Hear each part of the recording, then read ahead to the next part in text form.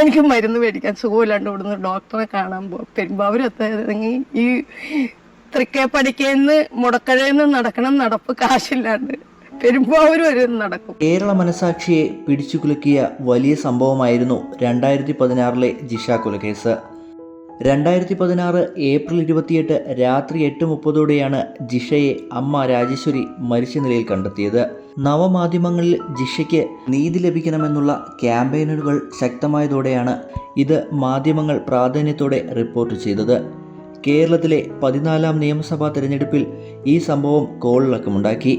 ജിഷ വധക്കേസിൽ കുറ്റക്കാരെന്ന് തെളിഞ്ഞ പ്രതി അമറുൽ ഇസ്ലാമിനെ വധശിക്ഷയ്ക്ക് കോടതി വിധിക്കുകയും ചെയ്തിരുന്നു. ഈ സംഭവത്തിന് ശേഷം മാധ്യമങ്ങളിൽ നിറഞ്ഞു നിന്നത് ജിഷയുടെ അമ്മ രാജേശ്വരിയായിരുന്നു. നിരവധി സഹായങ്ങൾ അന്ന് അവർക്ക് ലഭിച്ചിരുന്നു. പിന്നീട് നിരവധി ട്രോളുകളും പരിഹാസങ്ങളും സഹതാപവുമൊക്കെ രാജേശ്വരി അമ്മയെ തേടിയെത്തി. മാധ്യമക്കണ്ണുകൾ അവരെ എപ്പോഴും പിന്തുടർന്നുകൊണ്ടിരുന്നു. പലരും അവരെ വെച്ച് ചൂടുള്ള വാർത്തകൾ ഉണ്ടാക്കി. ഇപ്പോഴിതാ ആ അമ്മ മരണപ്പെട്ടു എന്നുള്ള വാർത്തയാണ് പുറത്തു വരുന്നത്. കളമശ്ശേരി മെഡിക്കൽ കോളേജ് ആശുപത്രിയിൽ വെച്ച് ഇന്ന് വൈകിട്ടോടെയായിരുന്നു അന്ത്യം സംഭവിച്ചത്. വാർദ്ധക്യ സഹജമായ അസുഖങ്ങളെ തുടർന്ന് ചികിത്സയിലായിരുന്ന അവർ ആരോഗ്യനില വഷളായതിനെ തുടർന്നായിരുന്നു അന്ത്യം സംഭവിച്ചത്. മൃതദേഹം പെരുമ്പാവൂരിലെ മലമുറി ശ്മശാനത്തിൽ സംസ്കരിക്കുവാനാണ് നിശ്ചയിച്ചിരിക്കുന്നത്.